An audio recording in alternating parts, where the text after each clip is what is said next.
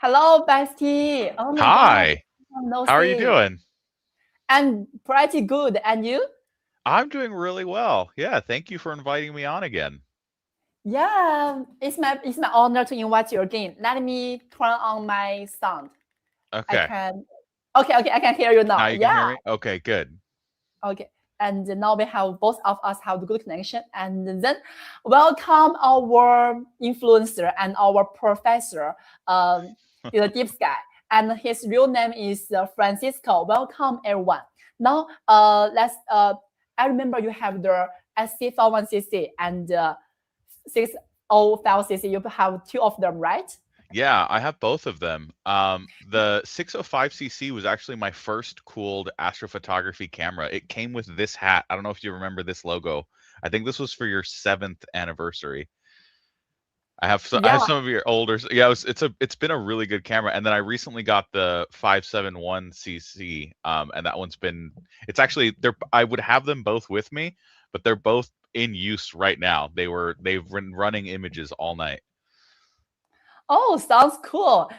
And I want to have an interview or have a short talk with you. I will Yeah, ask you some questions for the two products, the two camera here. And now absolutely. I will ask you the first one. When using the Svbony 5001cc for long exposure deep space shooting, how effective is its dual TEC cooling system in reducing thermal noise? And is there any operation that needs the attention? Yeah. So I think just to start with the basics for people, the reason that if you didn't know, the reason that we cool the cameras is noise control. So when you take a picture of something that's mostly dark, which any part of the sky is going to be mostly dark, um, you get a lot of what's called noise. This happens on every camera sensor that you'll use. When you start cooling that camera sensor down, it removes some of the noise that's created by thermal by the thermal signal. So all electronics get hot, and if you can start cooling it down, you reduce some of that noise, which makes the object appear brighter. But really, what you're doing is you're bringing the noise down. With the 571cc, it's a really big sensor. It's APS-C size, which is awesome, and the cooler works really well on it. It I usually run mine anywhere between -5 and -10 degrees C, and it gets there pretty quick. Um, I think for beginners, they might think that it's to make the image like instantly cleaner, um, but it's not. It makes it a lot more consistent. So there's a lot less of that, really bright noise. And yeah, when you're using it, make sure you have it connected to like a good power supply because it can pull a good amount of energy of electricity because it's using that to create this cold side of this device, and it helps cool that camera down. So yeah, I would say for beginners that are getting into it, you pick one or two common temperatures and you stick with it. You don't really need to change it night to night. It's actually better if you stay with the same temperature every time so that your calibration frames are a lot more even.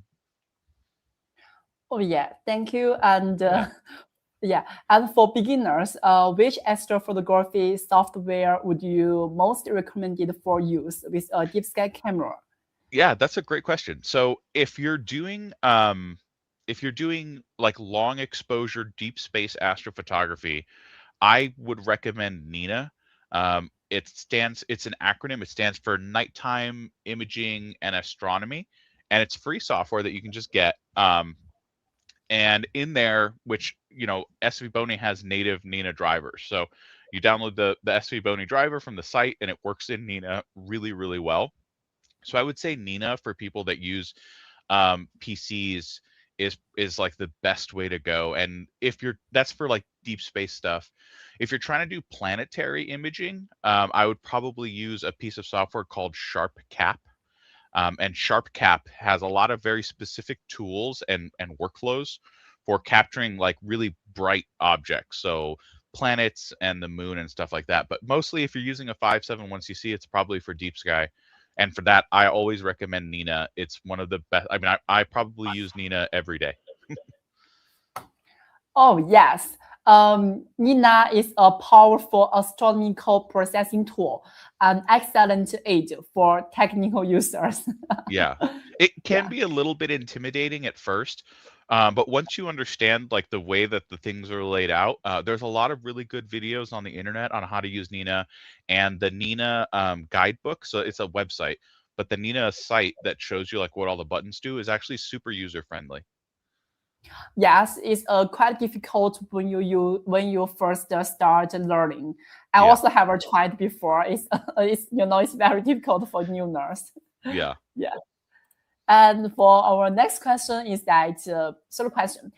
In moderate to severe light pollution environments, which camera, 571CC or 605CC, performs better? And have you ever tried shooting with the Svbony filter? Yeah, so I do shoot with Svbony filters. I have like 6 of them. I've got the super narrow dual band, and I've got a collection of the Svbony filters. I think for light polluted areas, it actually doesn't matter that much between those two. They have the same sized pixels, so it's just that the 571 has a lot more of them. So I don't think it'll make too big of a difference if you're in a city or light polluted area. They're both really good options. And yeah, if you're shooting like a narrow band target, so like a nebula, then putting on a filter on there will really help, especially if you can get, one of the really tight ones like the SV, I think it's called the S240 and the S220 are the very tight filters. For trying to shoot things like galaxies or star clusters that are more broadband, like there's a lot of different light coming off of them. I think the SV260 is a really good option there because it lets a lot more light through. But yeah, I would say either camera is good. For light pollution shouldn't make a difference when you're trying to pick one or the other. But yeah, just throw a filter on there. But there are some targets that don't respond well to filters. So like if you're trying to shoot a galaxy, galaxies you want to try and shoot unfiltered. But for nebulas like the Veil Nebula, you can put the SV220 dual narrowband, and you can shoot that in really light polluted skies and get really good images out of it. Yeah, definitely. The SB220 is our best seller filter. And we will also be releasing new 3nm and 8nm fast focus filters. And we will contact you to test them once they become available. You also Ooh, that'll be become really helpful. yeah, you will become the first container to test them. Yeah. Cool. Yeah, because we have bestie. You have the good connection here. Yeah, good. Yeah, pretty cool. And for next question is that, what do you think are the respective advantages of the SC571CC, SC605CC, MX 533, and the SC571CC MX 571 for deep space photography? Yeah, so it's an interesting question because like I said, I started with the 605 and I also have the 571, and each one does genuinely have some advantages. So we'll start with the big one. The IMX 571 sensor is very large. It's what's considered APS-C sized, and so it's a big rectangle.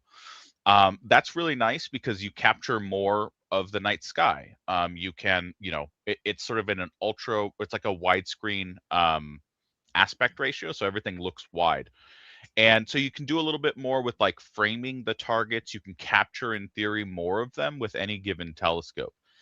The downside to that is those files are substantially larger than the files that come from the 605cc. So that's the nice thing about the 605cc is the files are small and it's a square sensor. And so because it's a square, you really don't have to worry about framing the target, like how the square is rotated, because you basically get the same amount of space on any side. So for smaller targets that aren't filling the field of view, I actually prefer the 605cc because it doesn't matter how it's rotated, and those files are a lot smaller. I want to say they're like a third the size. Again, they're the same size pixels. It's just that the 571 has so many more of them. So I think in my mind, those are a couple of the advantages of each. Also, I really like the Type C port on the 571. That's just, that's just a more modern connector in my mind. But yeah, if you're just getting started, the route that I took was I started with that square sensor from the SV605CC, which was nice because then I didn't have to worry about how to rotate it for each different target. And then as I got better with my equipment, I moved to the 571. But like I said, I actually just use both of them. And one final point between those two is um, they both are cooled, and so they both can get to whatever temperature you need. And they're both pretty reliable. My 605cc has been in pretty constant use for the last year and a half, and yeah, it's never given me any trouble. And so far, the 571 has not given me any trouble either, but I've only had that one for about 2 or 3 months. Oh yeah, thank you for sharing. Mhm. And the 571 corresponds to our largest chip model, which allows for the capture of a greater number of target electrons. The SV605CC, on the other hand, is better suited for small targets. I recommend different products based on the specific needs of different users, and you also give us a good suggestion for the 605cc, as you said. It's for the smaller targets, or it's more clear. And for the you update this one, and also now two of them you use in different objectives. When the small objective, you will use the 605cc, and for the bigger one, you may use our 1000cc, and for the long time, you may prefer for our 1001cc. And how to say it, both of them has different advantage, and although they Yeah. are very, yeah, has different advantage. And One last thing about the 605 mm, versus the 571, because the sensor is smaller on the 605, I can actually use it with a larger variety of telescopes. Not all telescopes can make a very pretty field all the way out into the corners. So the 571 is a really big chip, and you have to have a really high quality telescope to give it good star shapes out on the edges of that sensor. But because the 605 is smaller, you can use it on like a lot older telescopes if you have an older telescope that don't have corrected fields all the way out in the edges, because you're going to throw away some of that images anyway. So one, target size, but two, also how big of a image circle will your telescope make. On the older ones, the 605 is perfect, and on anything more modern, the 571 is the one you want to go with for sure. yeah, thank you for sharing. And for the last question, Mhm. is that what are the precautions for daily use and maintenance of the two cameras, especially regarding the cooling system and sensor protection? Yeah.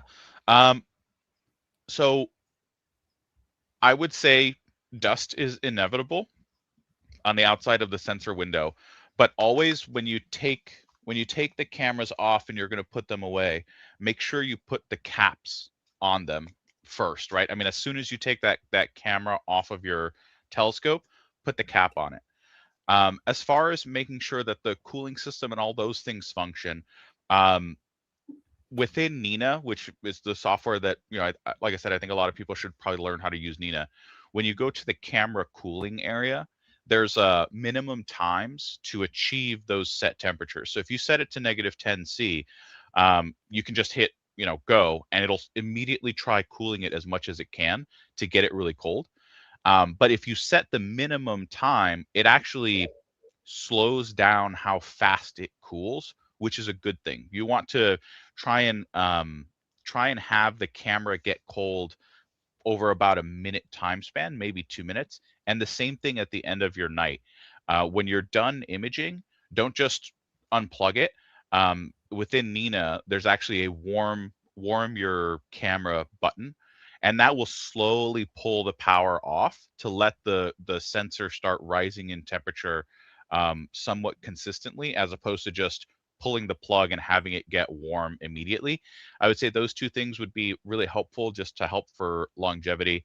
Also, yeah, like I said, dust is inevitable on the outside lens, on the outside the lens in front of the camera.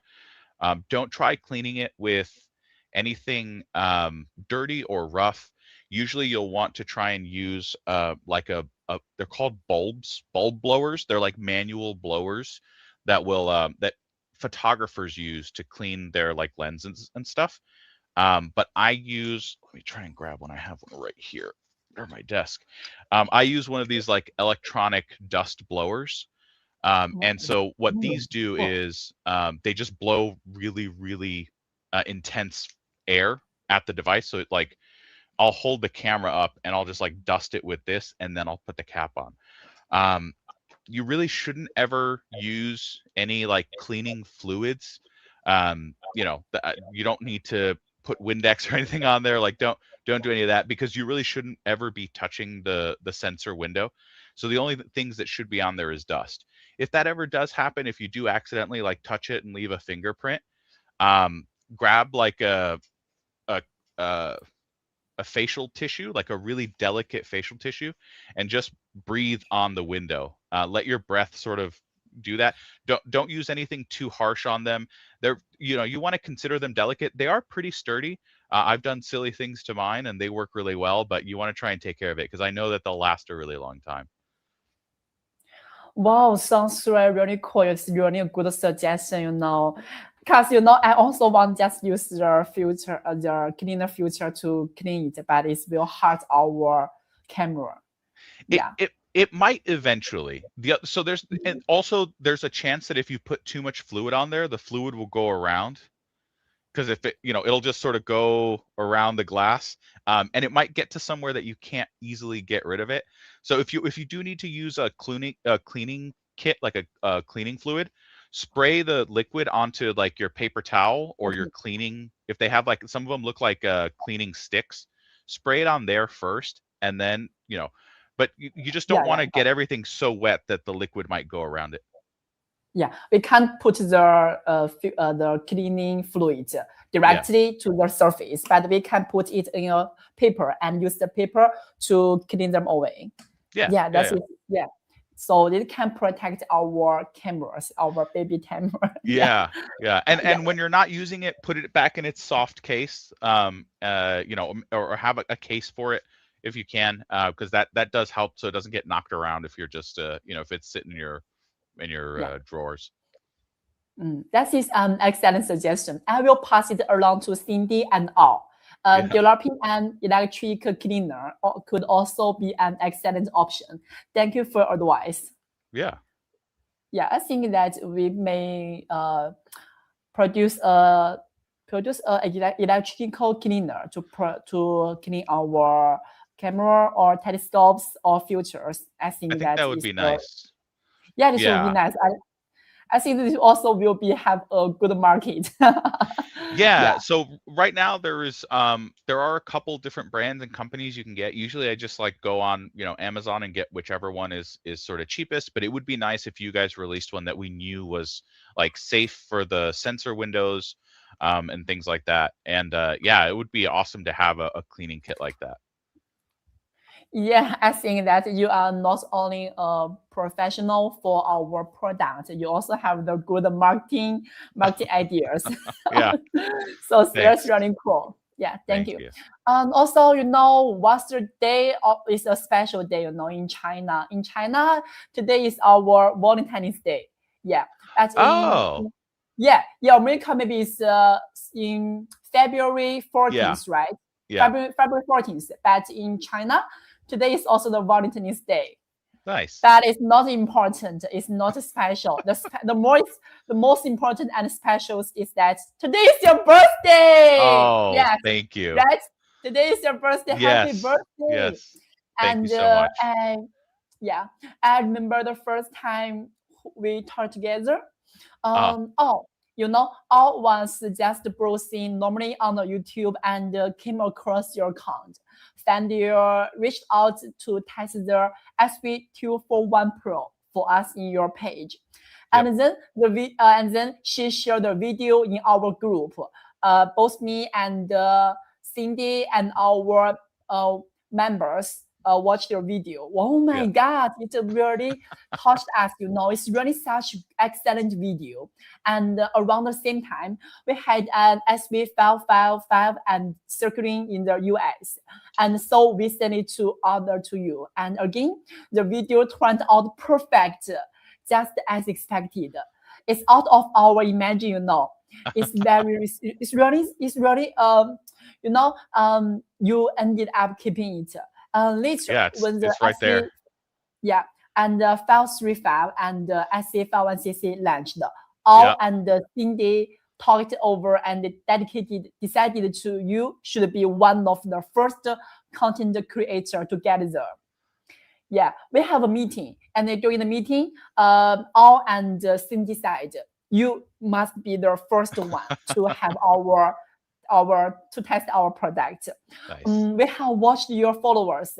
I also noticed, when the first time all share your YouTube account in our members, I found it's around 800 fans. And now it's over 3,000 now. Congratulations, you have more viewers. Thank you. It's been fun. Yeah, big fan now. It's just about half a year now. It's last year, November or December, I think. But now it's only May. No more than half a year. You reached a lot of viewers and fans here. Big fan now. Congratulations. Thank you. It's been fun. It's been fun working with you all. Like I said, you guys take feedback really well. I like working with Cindy. Cindy and I are emailing all the time about all sorts of stuff. It's great. Like I said, I wish I had more stuff to show. I like having show and tell, but the MK127 is actually sitting. I can see it. It's sitting outside with the 605CC on it. It's been doing galaxy work all night. And then the SV580 with the SC571 is sitting right there. I've been running tests on it all night, so I'm excited. I really like working with you guys. Thanks for constantly working with me to get cool stuff onto the channel, and it's been really good. Thank you. It's been a pleasure knowing you. Yeah, that wouldn't have happened without your hard work and dedication. And also without the great partnership we have built. And looking forward to taking our collaboration even further in the new year. And also look forward for a new test for our MK127. MK127, it's also a huge one. It's a bigger one. And it can not only for the deep sky and also for the bird catching. I'm not sure you're interested for bird catching or not, but you can maybe have a try.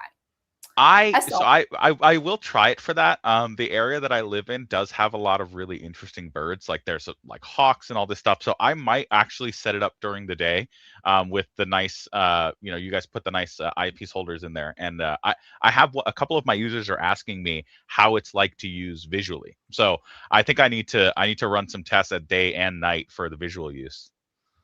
Yeah, a planetary imaging and deep sky photography and Cairo observation applications are quite versatile.